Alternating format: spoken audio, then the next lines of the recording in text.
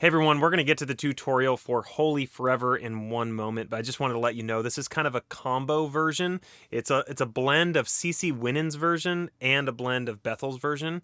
I really like the guitar stuff in some of the parts of Bethel's version, and I really like the drums in some parts of CeCe's version. And so at our church, we're going to primarily do CeCe's version, but I'm going to add in some Bethel guitars. So this is kind of a blend. So if you just want to learn Bethel's parts, this might not be the tutorial for you. If you only want to learn CeCe Winans' parts, this might not be the tutorial for you. But if you want to kind of approach this song in a unique way for your church, this is a unique way to do it. So I appreciate you giving it a shot. Also, just wanted to let you know that the sounds you're hearing, the amps are TONEXs, and they're my personal capture on the TONEX, and then my STRYMON presets are represented there. All of that is available on my website. So if you see the little things on the top that show you what pedals and what settings I'm using, all of that you can find on my website. I'd love for you also to check me out on Instagram, mostly because I really just want to continue to encourage you in your heart and craft. I've got a whole bunch of resources related to just fostering resilient discipleship in this area of worship, and so follow me there for more information on that. And then stick around after the end of this video. I've got a devotional that I just hope encourages you. So all that out of the way, here's the song.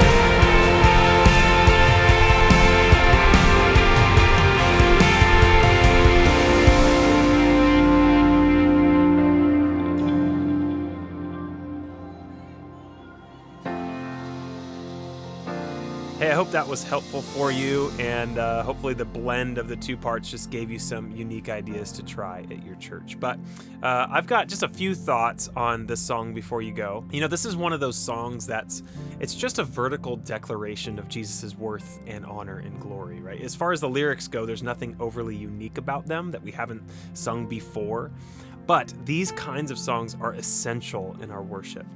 As we plan our set list, I really believe we need a balance of songs that we can have songs that address our personal needs and longings. We need songs like that. We also need songs that address our discipleship, songs that challenge us to live more faithfully to the way of Jesus.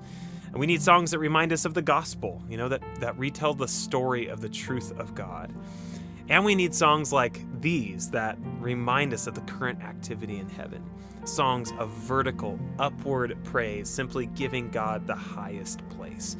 To tell him over and over that above every earthly thing, he is the most valuable being to us, the most honorable, the one to be the most revered and feared and worshiped and adored and magnified.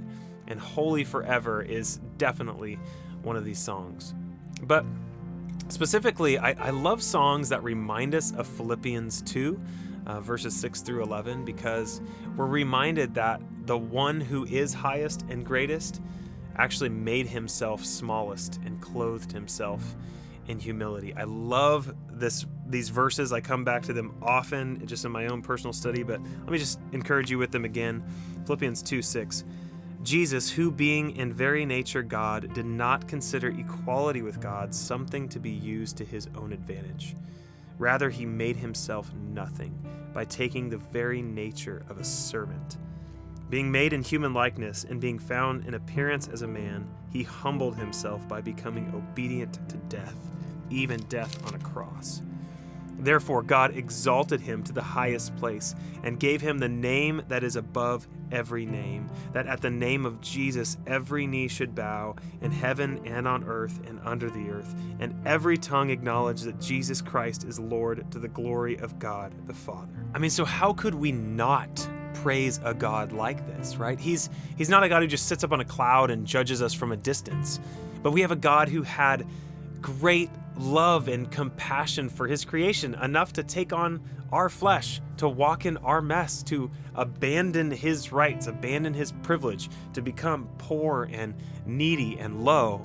And then on top of that, to take our sin and the penalty we deserved so we didn't have to take it. This is who we worship, right? This is why we worship. He deserves our praise. He deserves our honor. He deserves all glory. So let's use this powerful anthem to ascribe it to him purposefully and passionately.